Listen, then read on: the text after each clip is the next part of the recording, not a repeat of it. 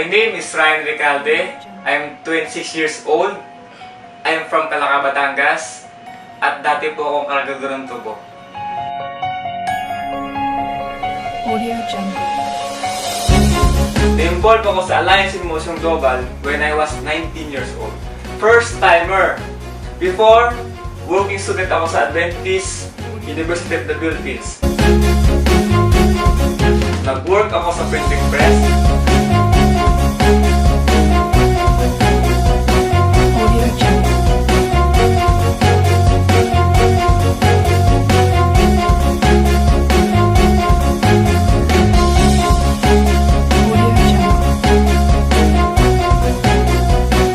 At dito na-introduce sa akin ng AIM Global. At doon nabuksan ang isipan ko at nabuhay ang mga pangarap ko. Hindi ako nakatapos sa pag-aaral, walang diploma. Kaya nakita ko sa AIM Global na dito mababago ang buhay ko. Kaya ginrab ko ng opportunity.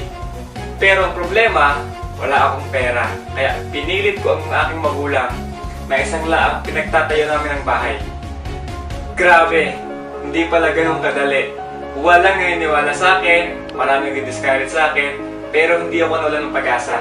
Because I want to change my life.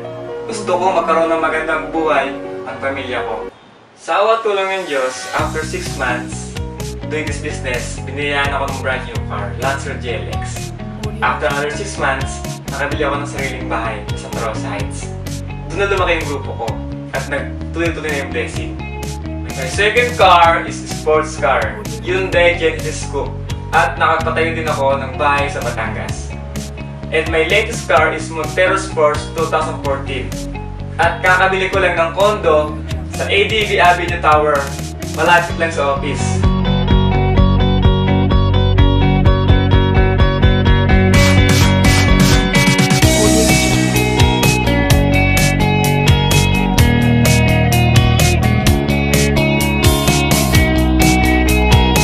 At nakapag-travel na rin ako sa iba't ibang bansa. In my 6 years sa AIM Global, lahat ng meron ako ngayon, lahat ito ay galing sa AIM Global.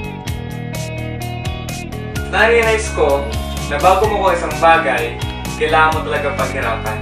Basta huwag ka lang susuko at huwag mong sayangin ang oras mo. Lagi lang mag-pray at magtiwala sa Diyos dahil lahat kanyang ibigay sa taktang panahon.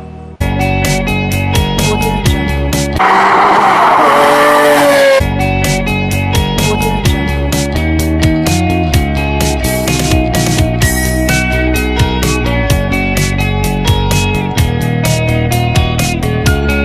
Audio Jungle. Salamat dahil mayroong AIM Global. Kung di dahil sa inyo, hindi ako ganito ngayon. And of course, my mentor, Kuya E, ang nagturo sa akin kung paano gawin ang tamang negosyo. Thank you so much. To God be the glory.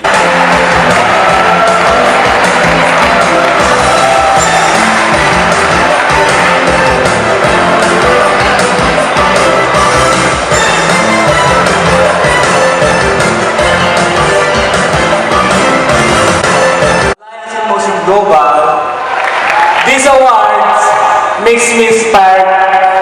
Thank you so much for buhay, Ansel. Once again, congratulations to you, man, for the heartwarming story.